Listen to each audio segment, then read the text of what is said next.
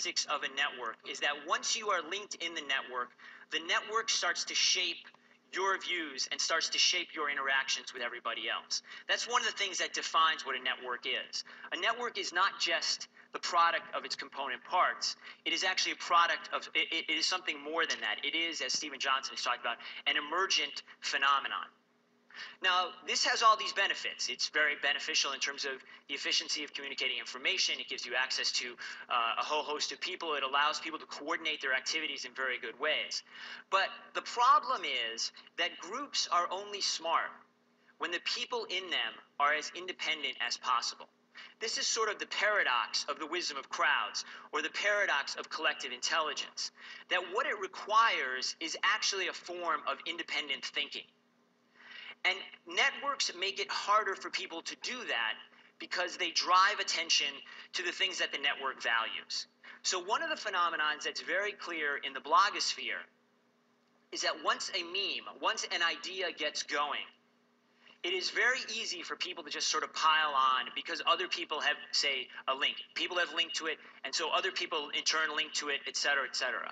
And that phenomenon of kind of piling on the existing links, is one that is characteristic of the blogosphere, particularly of the political blogosphere, and it is one that essentially sort of throws off this kind of beautiful, decentralized, bottom-up intelligence that blogs can manifest in the right conditions. The metaphor I like to use is the metaphor of the circular mill. A lot of people talk about ants. You know, this is a conference that's inspired by nature. When we talk about bottom-up, decentralized phenomenons, this sort of ant colony is a classic metaphor.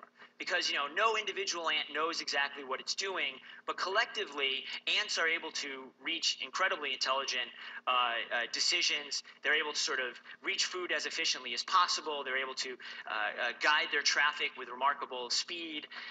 So the ant colony is a great model. You have all these little parts that collectively add up to a great thing. But we know that occasionally ants go astray. And what happens is that if army ants are sort of wandering around and they get lost, they start to follow a simple rule. Just do what the ant in front of you does. And what happens is that the ants eventually end up in a circle. And there's this famous example of one that was 1,200 feet long and lasted for 2 days. And the ants just kept marching around and around in a circle until they died. And that, I think, is a sort of thing to watch out for. That's the thing we have to fear, is that we're just going to keep marching around and around until we die. Now, I want to connect this back, though, to the tsunami.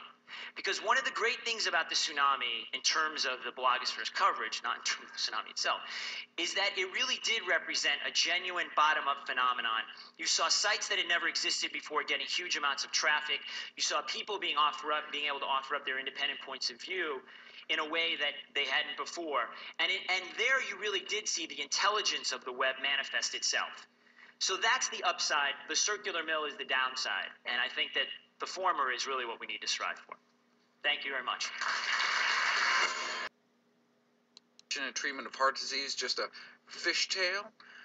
Thanks to recommendations like this from the American Heart Association, that individuals at high risk for heart disease ask their physicians about fish oil supplementation, it's grown into a multi-billion-dollar industry. We now consume over 100,000 tons of fish oil every year. But what does the latest science say? A systematic review and meta-analysis published in the Journal of the American Medical Association looked at all the best randomized clinical trials evaluating the effects of omega-3s on lifespan, cardiac death, sudden death, heart attack, and stroke. Either advice to eat more oily fish or to take fish oil capsules. What did they find? Overall, they found no protective benefit for overall mortality, heart disease mortality, sudden cardiac death, heart attack, or stroke. What about for those who've already had a heart attack, though, and are trying to prevent another one? Still, no benefit. Where did we even get this idea that omega-3s were good for the heart? Well, if you look at some of the older studies, the results looked promising. For example, the famous DART trial back in the 80s involving 2,000 men.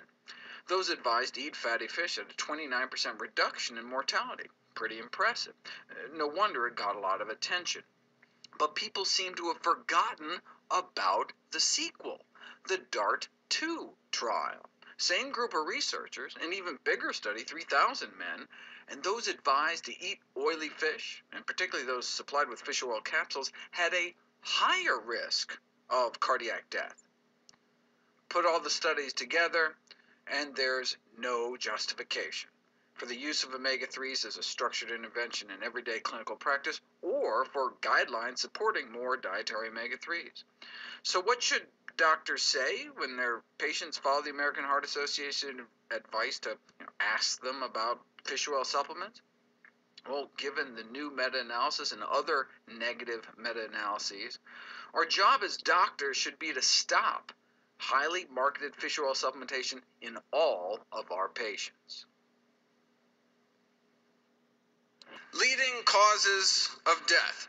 Exploring the latest science on the role diet may play in preventing, arresting, and even reversing some of our top 15 killers. Or if you remember, actually our top 16 killers, since side effects from prescription drugs kill an estimated 106,000 Americans every year, the sixth leading cause of death may actually be doctors. And that's just from adverse drug reactions. Add in medical mistakes, which the Institute of Medicine estimates kills at least 44,000 Americans every year, and that brings doctors up to here.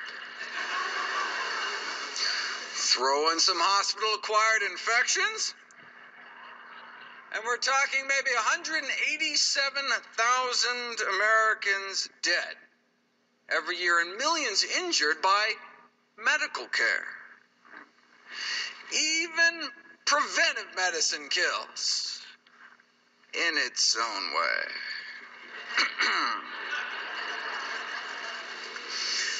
The best way to avoid the adverse effects of medical and surgical tests and treatments is not to avoid doctors, but to avoid getting sick in the first place. So this year I thought I'd run through the top dozen reasons people visit their physicians to highlight some of the latest research in hopes of moving me down the list of common killers.